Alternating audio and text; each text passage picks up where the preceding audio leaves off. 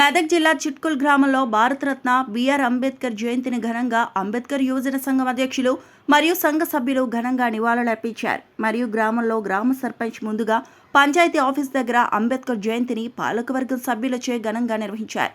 ఈ కార్యక్రమంలో భాగంగా గ్రామ సర్పంచ్ తుపాకీ రాములు, ఉప సర్పంచ్ ఎండి అఖిల్ మరియు వార్డు మెంబర్స్ మరియు పంచాయతీ సెక్రటరీ తిరుపతి మరియు పోలీస్ సిబ్బంది మరియు గ్రామ పెద్దలు, నాయకులు బొమ్మయ్య, అర్జున్, ఎల్లేశం, సుధాకర్, గ్రామ యువకులు, మహిళలు అధిక సంఖ్యలో పాల్గొని అంబేద్కర్ జయంతిని ఘనంగా నిర్వహించారు.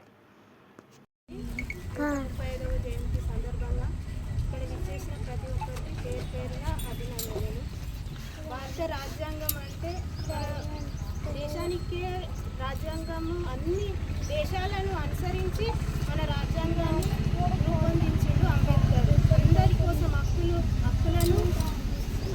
అందరికి ఉండాలని రాజ్యాంగాన్ని రాసిండు. రాజ్యాంగం అనేది ఒక పుస్తకమే మాత్రమే కాదు, ప్రతి ఒక్కరి హక్కుల గ్రంథం. అది రాజ్యాంగం ఇది ప్రపంచ దేశాలకన్నా మనది అతిపెద్ద లిఖిత రాజ్యాంగం. మన అంబేద్కర్ యువజన సంఘం ఆధ్వర్యంలో చిట్కుల్ గ్రామంలో నిర్వహించినటువంటి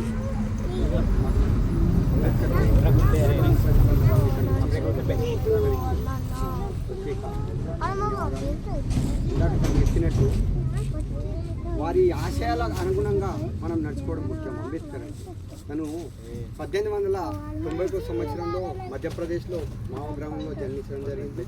అంటరానితనం గురించి, నిజంగా కుల వివక్షల మధ్య ఉన్నటువంటి తేడాల గురించి చాలా చక్కగా రాజ్యాంగంలో రచించడం జరిగింది.